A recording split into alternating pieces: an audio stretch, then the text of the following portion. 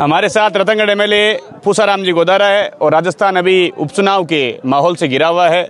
तुरंत अभी संपन्न हुए हैं चुनाव। आज वॉलीबॉल के 3 दिन के नाइट टूर्नामेंट का उद्घाटन करने के लिए एमएलए साहब हमारे बीच में पधारे।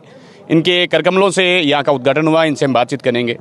एमएलए साहब, उपचुनाव में कितनी सीटें राजस्थान में कांग्रेस बाजी मार रही है? ऐसा है कि उपचुनाव में कम से कम हम कांग्रेस 5 सीटें जीत रही है, इसमें कोई संदेह नहीं है।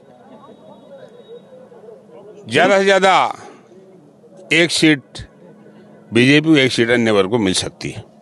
5 कांग्रेस को मिलेगी। खींवसर में क्या माहौल रहेगा?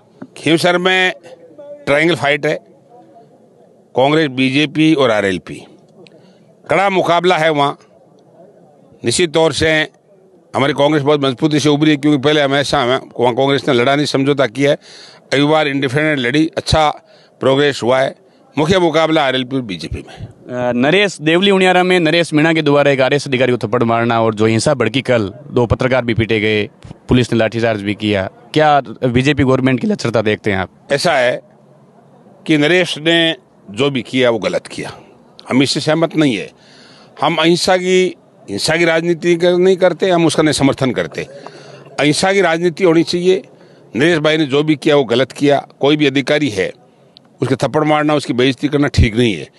मुंह से आप बात कह सकते हो, उनको डायरेक्शन दे सकते हो, ऐसा नहीं करना चाहिए। अगर इसमें सरकार ने कड़ी कार्रवाई नहीं की तो सरकार की इसमें असफलता ही साबित होगी, और अगर ऐसा करेगी तो सारी ब्यूरोक्रेसी हो, चाहे लोकतंत्र में जनप्रतिनिधि हो, उनको सुरक्षा खतरे में होगी, तो फिर सरकार किस बात की।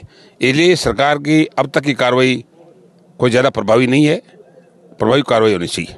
प्रधान जी, कानूनता में 95% काम कांग्रेस के नेताओं ने करवाए हैं, जितने भी यहाँ काम हुए हैं। एक जो काम पेंडिंग था, आपने अपनी घोषणा कर दी, ये काम कब तक, कितने समय में पूरा होगा? सुन लो, यहाँ ये 4 दीवारी है, इसे समय सीमा इसकी बजट सत्र की होती है।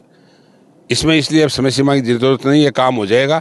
इसमें एक टेक्निकल दिक्कत है, अगर वो बाधा नहीं आई तो 2-4 महीने में शुरू हो जाएगा। अगर वो टेक्निकल, अगर मान लो कोई उसमें कोई जमीन की नेचर, आबादी है या गौशाला का नाम है या गोचर है, उसमें दिक्कत आया तो डिले हो सकती है, नहीं तो जल्दी काम हो जाए। बहुत बहुत धन्यवाद। कानूनता में गौशाला की एक 4 दीवारी बाकी थी, उसकी भी आज एक बड़ी घोषणा हुई है। 90% जितने भी काम कानूनता के विकास कार्य में हुए हैं, वो रतनगढ़ एमएलए पूसाराम जी गोदारा, मास्टर भंवरलाल जी मेघवाल और तमाम मनोज जी मेघवाल, इनके द्वारा अभी सीबीसी मशीनें हैं जो कानूनता की हॉस्पिटल में दी गई थी।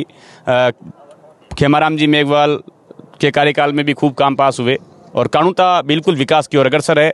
लगभग जो काम है वो इन्हीं 3-4 जो नेताओं को मैंने नाम लिए, इनके कार्यक्रमों से हुए, और हम आगे भी उम्मीद करते हैं कि कानूनता का विशेष ध्यान है जो दोनों विधायक है महोदय वो रखेंगे।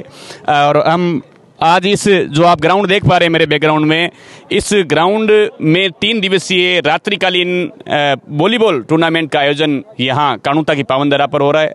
कानूनता गांव सुजानगढ़ तहसील का सबसे बड़ा गांव है और सबसे बड़े गांव होने के नाते यहाँ समय समय पर कार्यक्रम भी होते हैं। पहला जो मुकाबला है यहाँ सांडवा, जो चूरू जिले का सबसे बड़ा गाँव, और जसरासर के बीच खेला जाएगा और 3 दिवसीय रात्रिकालीन टूर्नामेंट चलेगा। और इसी रात्रिकालीन टूर्नामेंट का उद्घाटन करने के लिए यहाँ हमारे बीच रतनगढ़ एमएलए पूसाराम जी गोदारा पधारे थे। स्पष्टीकरण दिया कि 5 सीटें कांग्रेस जीत रही है, 1 बीजेपी और 1 अन्य कोई भी आरएलपी वगैरह है, कोई भी निर्दलीय है वो जीत सकता है। राम राम साहब, जय हिंद, जय भारत। देखते रहिए फैक्ट तंत्र।